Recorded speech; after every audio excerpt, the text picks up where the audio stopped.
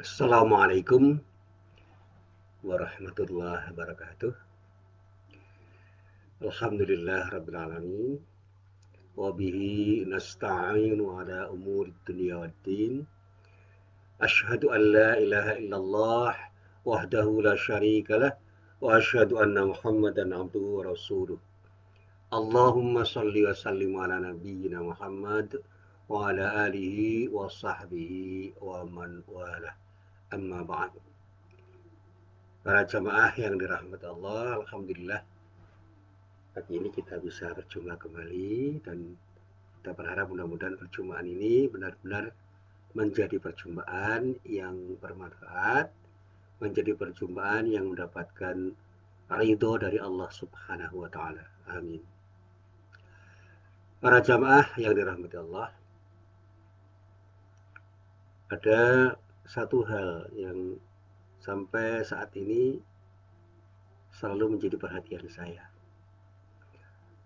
Apa satu hal itu? Satu hal itu adalah peristiwa-peristiwa yang tidak terduga yang pada saatnya membuat kita kaget, termasuk saya. Karena tidak semua hal yang terjadi itu bisa kita duga sebelumnya. Ada sesuatu yang luar biasa, yang kadang-kadang tidak masuk akal dan sangat sulit untuk kita duga bisa terjadi pada diri kita. Tiba-tiba kita mendapatkan suatu peristiwa yang mencengangkan dalam arti positif dan bisa jadi negatif. Nah, tetapi yang lebih penting dari peristiwa itu adalah bagaimana kita merespon peristiwa itu dengan tenang, dengan perasaan damai, dengan tanpa ada kecemasan. Karena tidak ada satupun kejadian yang terjadi tanpa kehendak Allah. Semua adalah bagian dari takdir Allah yang oleh Allah ditentukan dengan ketentuan yang tidak mungkin kita intervensi, dan itu bagian dari kehendak Allah yang maha bijaksana, yang maha adil, yang maha tahu, yang maha kuasa, dan yang maha yang lain. Dan tidak ada satupun peristiwa yang terjadi itu yang diciptakan Allah dengan sia-sia. Semua pasti berguna, semua pasti bermanfaat, semua pasti bermakna. Sampai saya katakan kemarin, tidak ada selembar daun pun yang jatuh yang tidak memberi manfaat atau tidak punya makna. Semua punya makna. Termasuk peristiwa yang saat ini menjadi sesuatu yang mencengangkan, yaitu datangnya sebuah makhluk Allah yang namanya virus. Nah, nama itu memang disebut oleh manusia oleh kesebutan dengan sebutan tertentu, misalnya ada corona 19 dan sebagainya. Itu adalah sebutan yang diberikan oleh manusia terhadap makhluk Allah yang seringkali membuat manusia itu cemas, resah dan gelisah karena dampak yang ditimbulkan oleh virus itu memang diasumsikan sebagai sesuatu yang luar biasa. Tetapi kenyataannya tidak selalu luar biasa dalam pengertian kalau kita itu memahami bahwa semua itu adalah milik Allah dan akan kembali kepada Allah, dengan konsep istirja saja sudah selesai. Kalau kita sudah meyakini kalimat inna lillahi wa inna ilaihi raji'un, selesai itu. Sesungguhnya kita semua ini milik Allah dan kita semua itu hanya akan kembali kepada Allah. Ya termasuk kejadian apapun, makhluk apapun yang ada di dunia ini, yang ada di alam ini, itu milik Allah dan semua akan kembali kepada Allah dan semua ada dalam genggaman kekuasaan Allah. Ketika Allah mengendaki, semua bisa terjadi, tetapi ketika Allah tidak mengendaki, semua tidak akan pernah terjadi. Saya selalu mengilustrasikan dengan peristiwa-peristiwa yang sangat natural misalnya. Satu saat ada teman saya itu yang dalam bahasa Jawa dikilani itu, diukur oleh orang, nggak mungkin jadi orang pintar. Karena apa? Menurut pengamatan dari teman-temannya, anak ini tidak cerdas. Satu saat dia itu berceloteh begini, saya akan jadi ya saya ingin jadi orang pintar, dan saya akan jadi orang pintar kalau saya mau berproses dengan baik dan benar. Semua orang tersenyum dan bahkan ada yang tertawa. Ini sebuah kata, rangkaian kata, sebuah kalimat yang mengisyaratkan dia punya cita-cita. Nah, ketika semua orang meremehkan, dia justru tersentak dan terdorong untuk membuktikan bahwa saya bisa. Dan ternyata orang yang dulu diremehkan itu sekarang menjadi orang yang luar biasa. Di luar dugaan dia mengalahkan banyak orang terkait dengan kemampuan dia yang memang tidak dimiliki oleh banyak orang. Kemampuannya apa? Kemampuannya adalah berbicara dalam berbagai bahasa asing. Dia bisa berbicara dalam bahasa Inggris, bisa berbicara dalam bahasa Jepang, bisa berbicara dalam bahasa Spanyol, berbicara dalam bahasa Perancis, tentu saja dengan bahasa ibunya, bahasa Jawa, dan bahasa Indonesia. Dan orang itu bisa bicara dengan fasih. Tentu saja dalam batas conversation, dalam batas percakapan ya. Kalau dikatakan menguasai semuanya ya tidak, karena dia memang konsentrasinya belajar bahasa Inggris dan kemampuan berbahasa Inggrisnya luar biasa. Sehingga ketika dia itu berbagi dengan orang lain merasakan bahwa apa yang dibagikan oleh dia itu semua berjalan natural saja. Ketika dia mengajar, ketika dia membimbing, ketika dia mengarahkan, ketika dia melatih, ketika dia berbagi di dalam berbahasa Inggris, itu semua orang merasakan bahwa itu adalah sesuatu yang natural saja, alami, tidak dibuat-buat.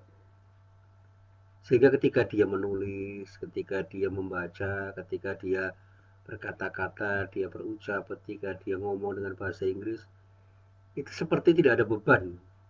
Seperti ketika orang Jawa ngomong bahasa Jawa, ketika orang Indonesia ngomong dengan bahasa Indonesia, spontan aja dia ngomong. Dan tidak ada beban, seolah-olah bahasa Inggris itu sudah mendarah daging. Karena apa? Rasa bahasanya itu sudah menyatu.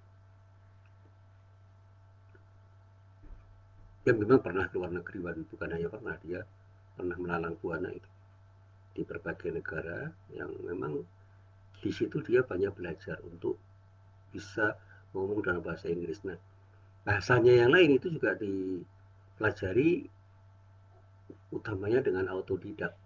Memang dia pernah kursus bahasa Perancis katanya, pernah kursus bahasa Jepang, tetapi bukan karena kursusnya itu dia mampu, dia mau berlatih untuk ngomong dalam bahasa Jepang, dalam bahasa Spanyol, dalam bahasa Perancis, sehingga ketika ada orang Perancis ngomong dia langsung menyaut, ketika ada orang Jepang ngomong dia langsung menyaut, ketika ada orang Spanyol ngomong dia langsung menyaut, dan kemampuannya itu menjadi sesuatu yang tidak dimiliki banyak orang.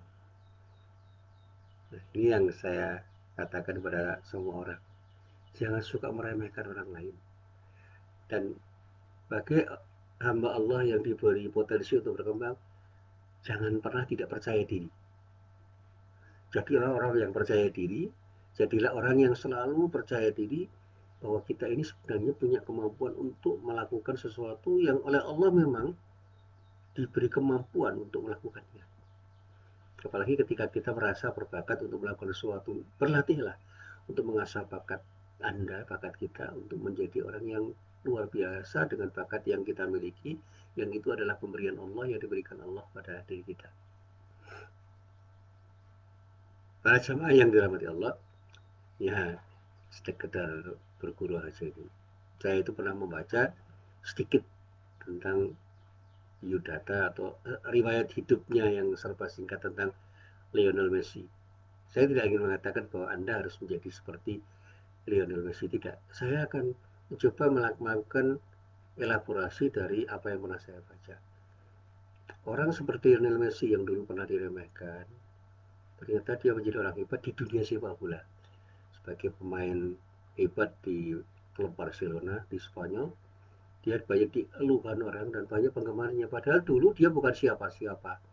Datang dari Argentina ke Spanyol itu dengan bakat yang menurut pelatihnya luar biasa, akan bisa dikembangkan, akan bisa diasah, dan dia yakin bahwa dia akan bisa melakukan sesuatu jauh lebih baik daripada apa yang diperhitungkan orang. Nah, saya kira dari cerita-cerita tentang Messi yang Mungkin saja itu ditambah-tambahi, tetapi saya melihat substansinya ketika orang mau melakukan sesuatu dan berani melakukan sesuatu dengan tekun, dengan sabar, insya Allah dia akan mendapatkan sesuatu yang luar biasa. Dan ini yang dikatakan oleh para guru saya. Man sabara siapapun orang yang bersabar, dialah orang yang akan menjadi pemenang. Nah, para jamaah yang dirahmati Allah.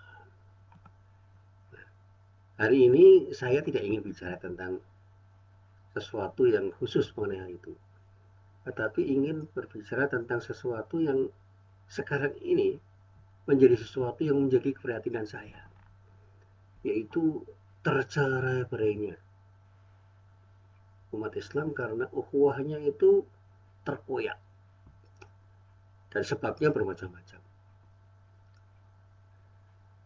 Untuk merajut ukhuwah kembali setelah tercerai berai ini memang tidak mudah, tetapi ada satu hal yang diajarkan oleh Islam, yaitu islah.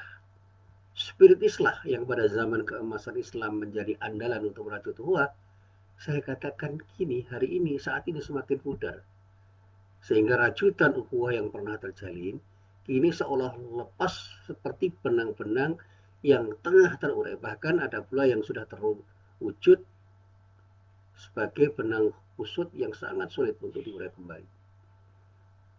Nah, karena itu saya katakan, kini saatnya kita umat Islam memberi contoh bagaimana merajut kembali benang-benang ukhuwah itu dengan spirit islah yang baru, agar ukhuwah yang pernah terajut bisa terwujud kembali.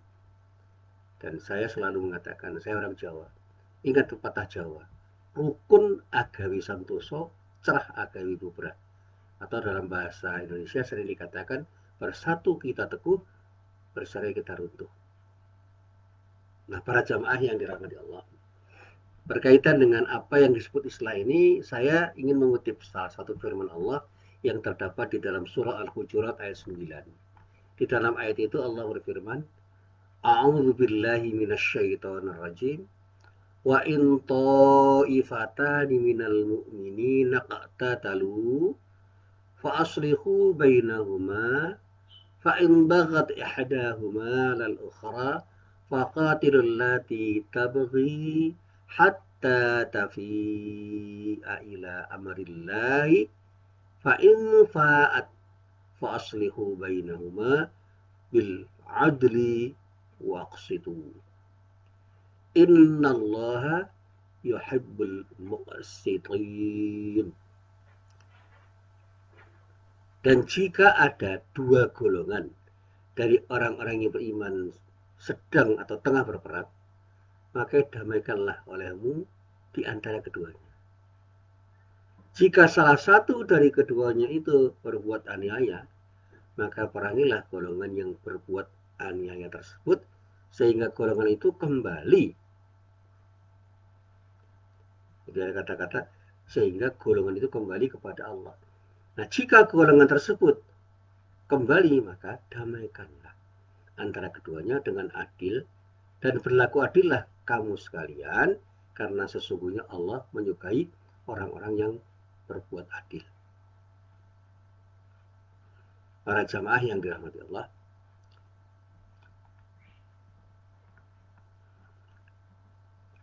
saya pernah mencoba menelusuri apa makna islah itu. Dan hasil penelusuran saya itu menemukan, atau saya temukan sebuah kesimpulan dari hal yang paling sederhana. Di dalam bahasa Arab, kata islah itu artinya berdamai atau perdamaian. Itu yang pertama saya temukan. Aslaha yuslihu islahan itu artinya sebuah tindakan untuk melakukan perdamaian. Kayak kalau ada orang mengatakan aslih bainana, itu damaikah kami. Atau kalau kita berbicara dengan banyak orang, kata asli bainana itu artinya kita minta supaya kita berdamai.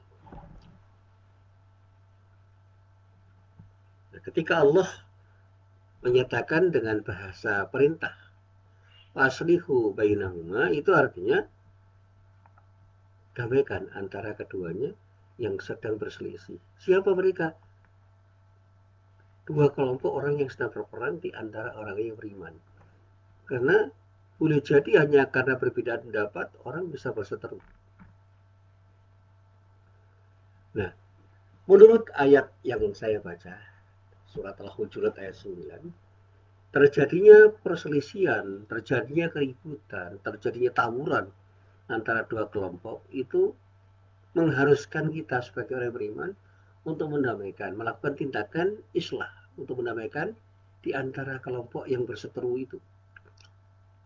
Nah, di ketika ada satu kelompok yang tidak mau kita ajak atau diajak untuk berdamai, maka kelompok yang tidak mau itu harus ditekan agar mau melakukan perdamaian. Kita harus mencoba melakukan tekanan dengan maksud agar orang itu atau kelompok itu mau berdamai.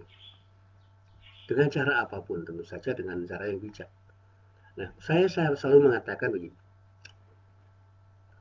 Islam sebagai agama rahmah, agama yang membawa kedamaian, bebas dari ajaran yang mengajarkan tentang pemeliharaan sikap dendam, kebencian, rasa sakit hati. Bahkan Islam itu menekankan agar aktivitas islah ini senantiasa harus dikumandangkan dan diterapkan dalam upaya untuk membangun harmoni dalam kehidupan bermasyarakat dalam pengertian yang luas. Ya. Apa saja masalah yang dihadapi serta kapan saja perselisihan itu muncul, maka saya katakan islah harus menjadi pilihan untuk diadakan, untuk dipilih, untuk menjadi sesuatu yang kita jadikan sebagai pilihan. Sehingga kalau kita bicara tentang ukhuwah Islamiyah, persaudaraan Islam dalam pengertian yang luas akan tetap terjaga dan perseteruan dalam berbagai ragamnya akan selalu sirna dengan prinsip Islam ini. Nah, saya katakan dengan bahasa yang sederhana, sudah seharusnya umat Islam itu menjadi trendsetter, permakarsa yang pertama dan utama dalam tindakan Islam ini. Di ketika banyak orang yang tidak mau melakukannya, sebagaimana firman Allah yang substansinya memberikan motivasi kepada semua orang yang beriman tanpa ada perkecualian. Ada ayat selanjutnya yang menyatakan di dalam surat Al-Hujurat ayat 10, innamal mu'minuna ikhwah fa aslihu baina akhawaikum wattaqullaha la'allakum turhamun. Sesungguhnya orang-orang yang beriman itu adalah bersaudara. Karena itu damaikanlah antara kedua saudaramu dan bertakwalah kepada Allah supaya kamu mendapatkan rahmat. Nah, saya katakan kembali, betapa pentingnya Islam ini sehingga Rasulullah SAW itu mencela seorang Muslim yang tidak mau bertutur kata, bertegur sapa dengan sesamanya lebih daripada 3 hari. Ada sebuah sabda Rasulullah yang menyatakan, la yakhillu li muslimin ayyahjura akhahu fawqa salati layalin yaltaqiyani wa yu'ridu hada wa yu'ridu hada wa khairuhum alladhi yabda'u bisalam. Tidak halal bagi seorang muslim untuk membiarkan saudaranya lebih dari 3 hari. Ngenengke, jutaan dalam bahasa Jawa. Berseteru dalam 3 hari, tidak saling bertegur sapa. Itu dicela oleh Rasulullah. Diilustrasikan keduanya bisa jadi saling bertemu, tetapi saling memalingkan muka. Dan Rasulullah mengatakan, dan yang terbaik dari keduanya adalah yang memulai untuk mengucapkan salam. Jadi kita harus mulai melakukan islah. Jadi jangan menunggu. Saya selalu berusaha untuk melakukan itu. Hal itu saya lakukan, tapi ternyata tidak semua merespon positif. Saya tuh pernah merasa tidak nyaman bertemu dengan orang karena orang itu ketika bertemu dengan saya selalu memalingkan muka atau cuek. Saya tidak tahu apa kesalahan saya. Nah, ketika saya sapa berkali-kali, dia tetap saja bersikap sama.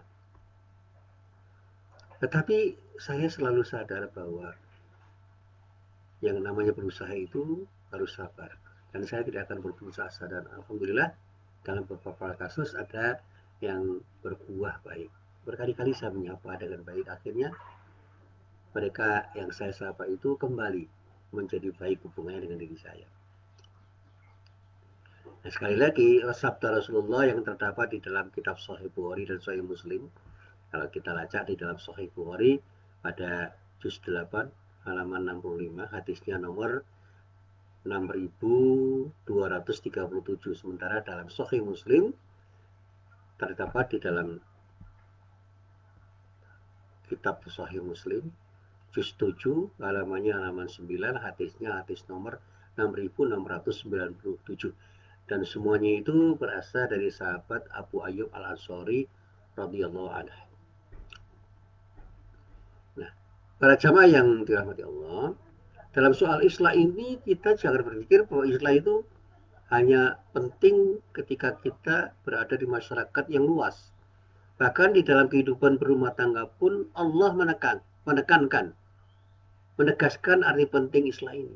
Perdamaian ini penting sekali sebagaimana firman Allah yang sering dibacakan oleh para ustadz pada surat An-Nisa ayat 128, dinyatakan di dalam ayat itu, A'udzubillahi minasyaitonirrajim, wa ini imra'atun khafat min ba'liha nusyuzan aw i'radan fala junaha 'alaihima ay yusliha bainahuma sulha wasulhu khairun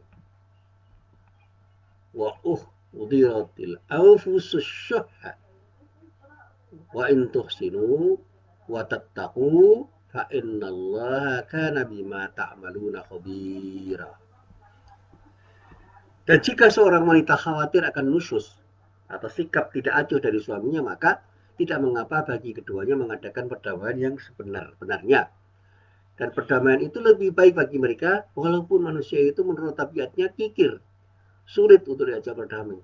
Dan jika kamu bergaul dengan istrimu secara baik dan memelihara dirimu dari nusyus dan sikap tak acuh itu, maka sungguh Allah adalah Maha mengetahui apa yang kamu kerjakan. Nah, ayat ini dijelaskan misalnya oleh Ibnu Katsir. Saya baca di dalam kitab Ibnu Katsir. Ibnu Katsir menjelaskan di dalam kitab tafsirnya, Tafsirul Quran Al-Azim juz 2 halaman 426, menyatakan begini.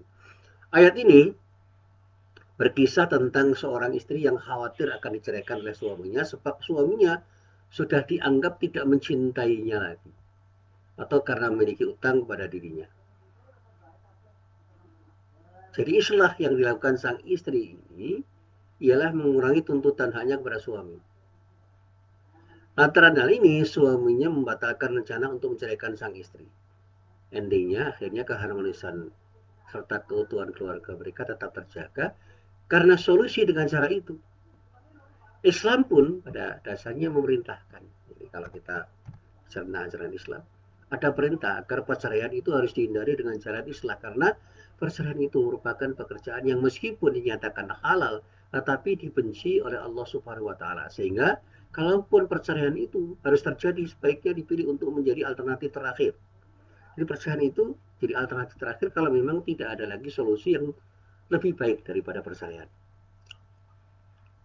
Saya katakan dalam bahasa yang sederhana begini, kalau dalam hal berumah tangga saja Allah menyatakan arti penting Islam, apalagi di dalam kehidupan bermasyarakat yang lebih luas. Antara suami istri saja diminta untuk Islam, apalagi ketika kita melakukan tindakan dalam hubungan kemasyarakatan yang lebih luas. Dalam relasi sosial pendidikan, dalam relasi sosial budaya, dalam relasi sosial politik, dalam relasi sosial ekonomi, banyak hal yang membuat kita itu tidak nyaman ketika berinteraksi dengan orang lain. Dan ketika ketidaknyamanan terjadi, segera kita lakukan tindakan untuk membangun kenyamanan lagi ketika kita harus berinteraksi dengan orang lain. Saya yakin dengan seyakin-yakinnya, hakul yakin, bahwa di dalam hidup kita ini selalu ada pengalaman-pengalaman buruk, utamanya ketika kita berinteraksi dengan orang yang beragam. Gesekan-gesekan itu bisa terjadi. Kita bisa tersinggung karena ucapan orang, dan bukan tidak mungkin ucapan kita itu juga bisa menyakiti hati orang. Dan kalau kita biarkan, mungkin akan terjadi ketidaknyamanan ketika kita berinteraksi dengan orang yang pernah menyakiti hati kita, atau mungkin saja orang lain yang pernah tersakiti oleh sikap dan perilaku kita, termasuk kata-kata kita yang seringkali secara spontan kita ucapkan dan ternyata kata-kata kita itu menyakiti hati orang. Dan kalau kita biarkan, ketidaknyamanan itu akan menimbulkan sesuatu yang tidak baik. Nah, apa yang harus saya sampaikan di dalam kesempatan pagi hari ini? Doktrin Islam atau ajaran tentang Islam ini ternyata bisa menjadi sebuah solusi yang bisa kita pilih ketika kita mengalami ketidaknyamanan di dalam berrelasi dengan orang lain. Dan mudah-mudahan upaya kita untuk menyelesaikan setiap perselisihan kita dengan semangat Islam, upaya kita dengan semangat Islam yang kita lakukan dengan tidak tergesa-gesa, dengan penuh kesabaran, itu akan menjadikan hubungan kita yang semula kurang baik menjadi baik, dan yang sudah baik menjadi semakin baik. Dan insya Allah relasi kita yang semakin baik itu akan menumbuhkan kemanfaatan di dalam hubungan kita di sehari-hari, di dalam relasi kita sehari-hari, dan bukan tidak mungkin akan menciptakan sesuatu yang lebih indah dan lebih baik untuk kepentingan kita bersama. Mari kita coba untuk kita terapkan. Jadilah orang yang punya spirit Islam dalam hal apapun, supaya kedamaian dan perdamaian itu menjadi bagian dari apa yang kita miliki dalam hidup kita. Dan insya Allah dengan kedamaian yang kita nikmati, kita akan bisa melakukan hal-hal yang lebih bermanfaat bagi diri kita sendiri dan bagi orang lain, dan bersama-sama juga kita bisa membangun sinergi untuk melakukan sesuatu yang lebih baik insya Allah. Billahi taufiq wal hidayah. Wassalamualaikum warahmatullahi wabarakatuh.